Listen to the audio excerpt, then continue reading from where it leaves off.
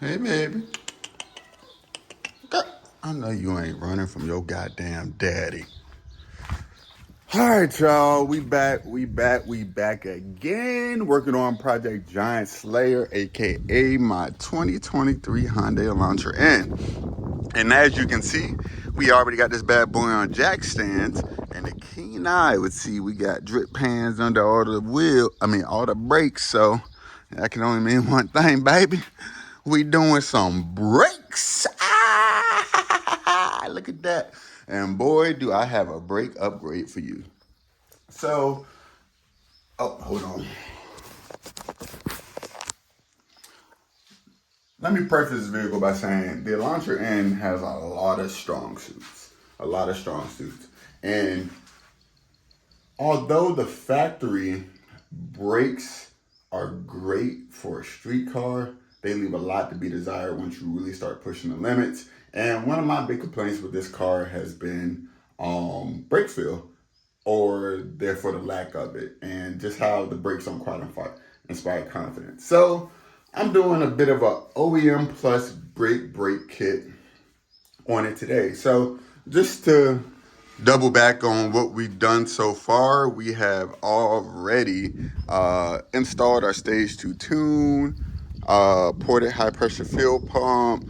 I already had the intake. We got a strut bar. We got PowerFlex camber and caster bushings. You can see the little PowerFlex bushing handle right there. We got our alignment. We got our Conan Ultragrounds with Potenza race tires, 245 4018. And I think that's about all we've done so far. But this is Project Giant Slayer, and the biggest thing I was excited about doing to this thing was the brake setup, upgrading. So I'm gonna talk to y'all a little bit of why I went with this hodgepodge brake setup instead of one of the big brake kits that are out there on the market, and why I think that this is a great option for those that want to keep that OEM plus, I don't know if you call it Elantra and a sleeper, but sleeper look, right? All right, so what we got here are MK3 Renault Megane RS Brembo brake calipers. These are a monoblock caliper, meaning they're forged out of cast out of one piece. They are OEM Renault equipment. And this is going to be the caliper setup that I'm using. Our pads that we are using are Paget RSL 29 brake pads. I did have to do a little bit of work just to make these work with the setup, but I'll talk about that a little bit. The kit that I bought comes with these Hale stainless steel brake lines, which will definitely help with pedal feel. And at the core of the kit, to make all this stuff work, we have Case Systems big brake caliper adapters. So it comes with these adapter brackets, the bolts that's needed, the brake lines. You can also order calipers and brake pads through them if you want to, but I sourced my calipers and brake pads separately. But something I'm also very excited about is these Girodisk rotors, which these are a 2-piece rotor, and these are shorter to weigh just a little bit less than stock, but also have better cooling, which will make our brake system perform better for longer. And also, I got these titanium shims. These are supposed to help to isolate the heat from your actual brake system from your brake fluid, as well as keep your dust boots from cracking all up and keep your calipers from turning that nasty brown color when these Brembos get overheated. So we got all this stuff. I just did a lot of talking, but we're gonna go ahead and get this stuff installed. First thing I'm gonna start with is getting my rear stainless steel lines installed, and then from there we'll move on to disassembling the front. All right, so we're at the rear suspension here. I'll just talk you through it. Pretty simple. So what you're gonna want to do is come here. You got a 12 mil bolt. Electric car. You got 12 mil bolt. You want to take that out. Fluid will start to drip, so just make sure you have a drip pan or something like that. From here, you got an 11 mil captured nut. You want to have this type of brake line wrench, so it can fit on there properly. So you can break that like that. And then you'll have fluid start to drip out as well. Right here, to get this little clip out, make sure you pay attention to the orientation, but I just put a flathead and then I rotate the flathead just to get it push out a little bit. And then I come with a set of needle nose pliers to bring it the rest of the way. Yeah, once you get it sideways, put the needle nose pliers right up on the lip, and then you should be able to work that bad boy on out of there like that. But you're going to reuse this, so make sure you don't bend that up or beat that up too bad. But yeah, so you're just going to want to comb, take this out. Keep in mind you're going to have fluid going, but you should be bleeding your brake fluid anyway if you're changing lines, so don't worry about the fluid loss. But you don't want to let the reservoir run completely dry, because if it does, then you'll have air in your system, which is no bueno. But I'm gonna go ahead and keep on going and get that new line in. But to install the new line, it's literally just the reverse steps. Make sure you orientate your new brake line in the same manner so that it does not possibly catch your wheels or tires and you possibly eat through your brake line, because that's no fun. All right, got the rear brake line on. I just oriented it in the same way as the stock one was. I don't know the torque spec for this. I mean, I've been doing this for a while. I just get it nice and snug, you know what I mean? You just want those crush washers to make a good seal so you don't have no leaks. Same thing with this, just tighten it up. You don't want to strip this out. Be careful when you're trying to put these aluminum nuts inside of the new brake line, because you can strip those pretty easily. So just take your time with that. Don't rush it. But yeah, got that done. Now time to move to the front. I gotta say, I'm so excited for this because I just know the brakes are gonna feel muy bueno. So that's excited. All right, y'all, got one side on just for comparisons. Have had a couple small issues so far, which I will explain in a moment. So one of the issues is the fact that it seems the bracket is sticking out just a little bit too far and is not allowing the pad to make full contact with the rotor. If you can kind of see back there, the back of the pad's kind of hanging on, so definitely won't be able to drive this hard for a moment. But I reached out to K-System, so I'll update with what they say. I did want to compare the old rotor. Let's see. So old rotor's 27 pounds. Okay. Now let's see how much the new rotor weighs.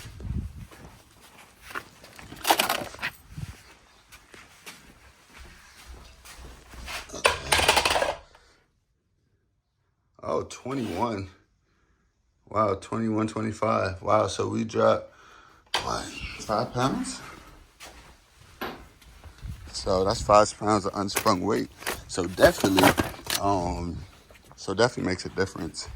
All right, we're gonna test we're gonna weigh our old caliper versus our new caliper. All right, old caliper is 18 pounds. Just to be fair, I'll grab the bracket as well. Put it on there. I could grab the bolts too, but wow. Keep in mind, there's still some fluid in the old caliper. I try to let it drain a little bit, but still a little bit of fluid in there. But 7.4 pounds. So when I tell you, you can feel the difference, you can definitely feel the difference. So we're saving a good amount of unsprung weight, which will translate into better feedback through the steering wheel and the suspension being able to do its job better. So not only are we gaining braking performance, but we are also losing weight, which is a good thing. So I'm going to get on to the other side now. All right, let's go ahead and get to work. So there's a couple things you're going to have to do to get your old setup off. So you're going to want to turn it to the wheel as far right as you can. Let's see. We got to get these 2 knuckle bolts out right here. So the one right there, then there's another one on the bottom. I believe those, yes, they are 17s. I'm gonna grab my impact just to make life a tad bit easier. That comes right on out. Oh. Alright. So before you take that all the way off, you're gonna want to grab a 12 mil and a ratchet to take off the banjo bolt that holds your brake line on. That should come off with relatively low torque.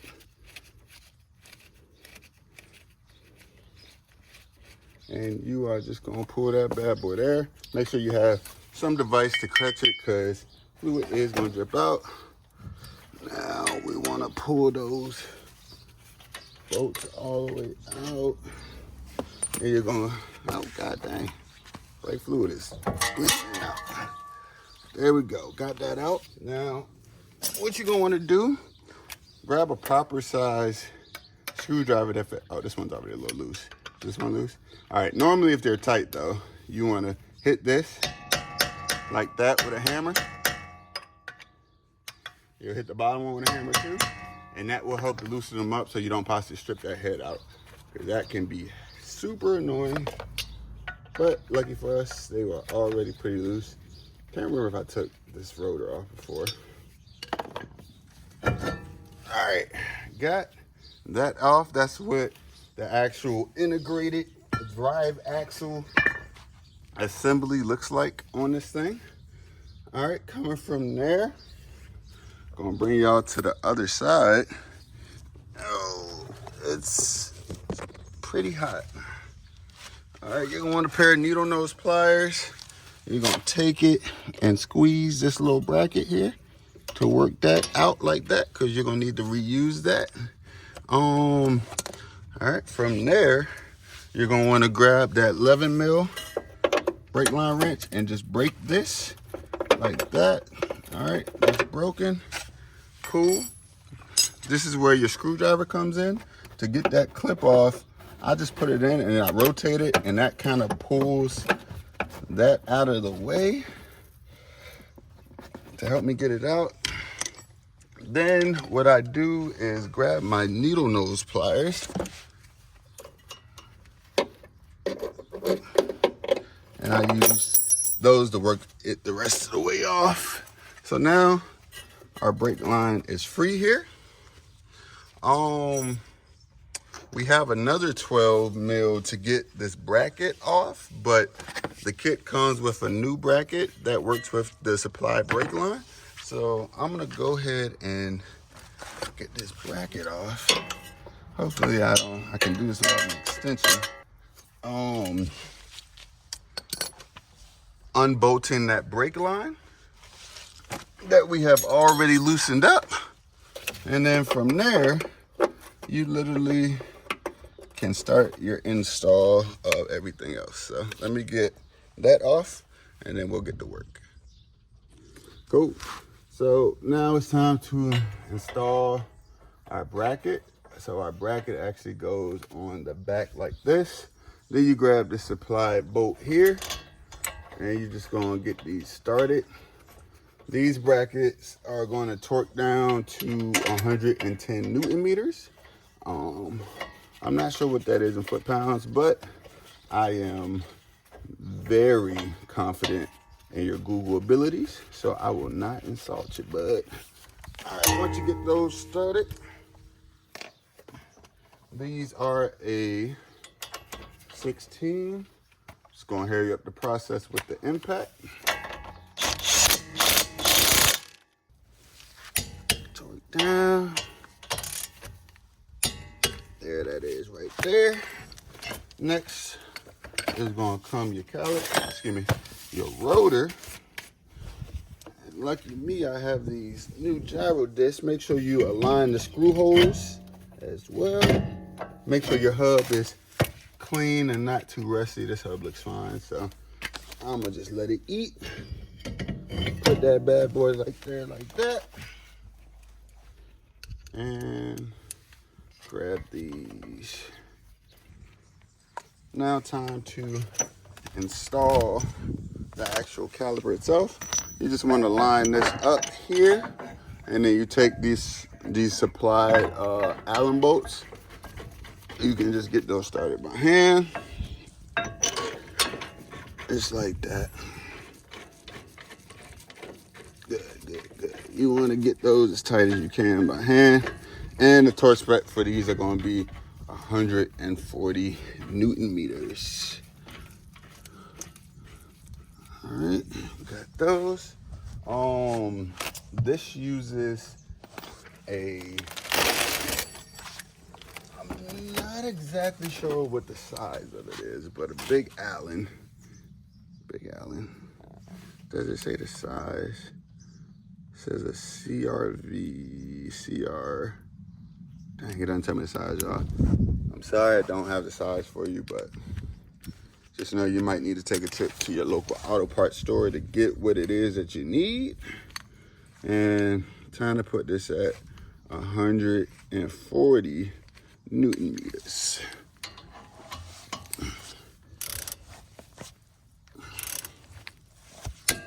Okay.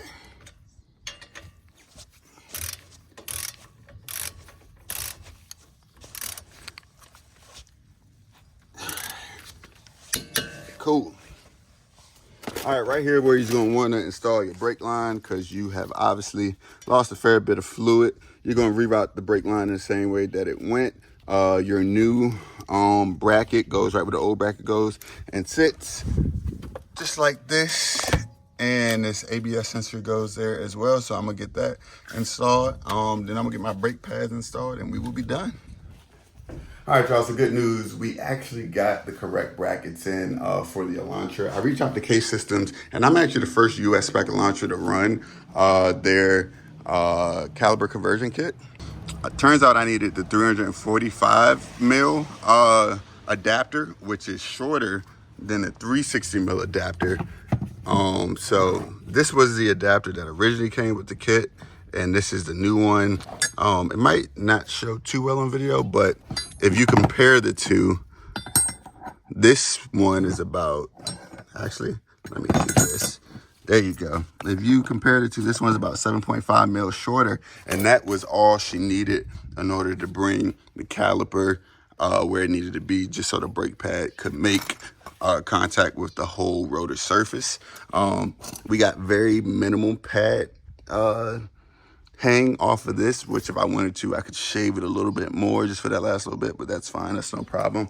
I didn't do the passenger side yet, and you can see just how far back the brake pad was and just how much the brake pad actually was off. So if you do order this kit for your Elantra now, make sure you let them know it's US spec, and they will be sure to include the right bracket with it. So definitely happy to hear that. So yeah, man, I'm super excited to try these things out, and I'll get back to y'all to tell y'all just how the performance feels. All right, y'all, so we are in the car after the brakes. I got them bedded now, and we're gonna see just how everything feels.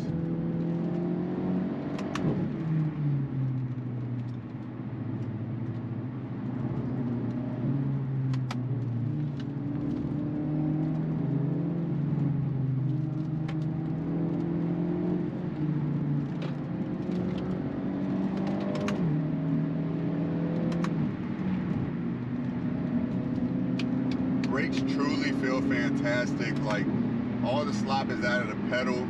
I have so much more confidence in the car and that it's going to slow down just when I'm approaching corners at higher speeds. Mechanical grip is crazy. It just gives you the confidence.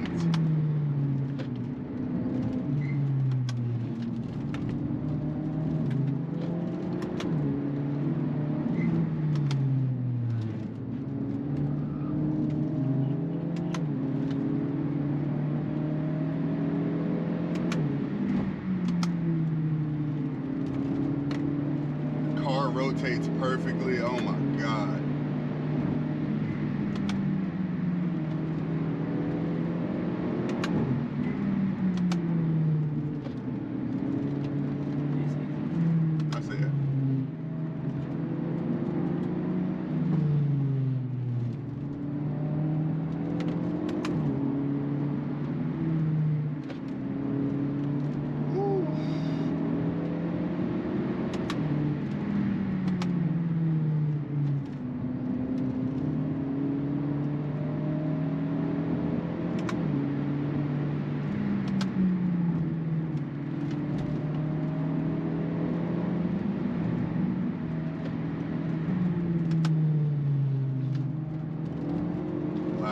lift just pulled you out of the corner.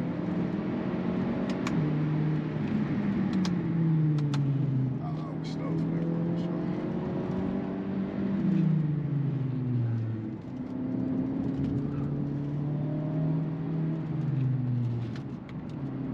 Grip for days.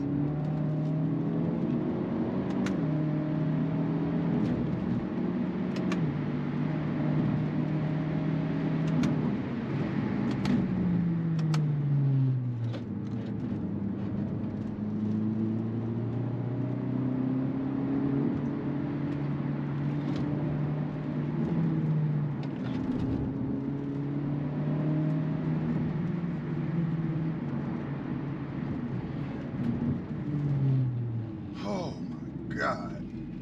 We did that in under 3 minutes. Yo. So for anybody, yeah, about for anybody who is thinking about upgrading but doesn't want to go to one of the big brake kits that are available, man, I can't recommend this setup enough. It's so good. You need a harness. So good. I mean, at least I'm over here. So good. Oh my God. But yeah, y'all, if y'all have any questions, please post them below. I usually respond back pretty quickly, but make sure to like and subscribe. Take it easy. I'm out. Huh.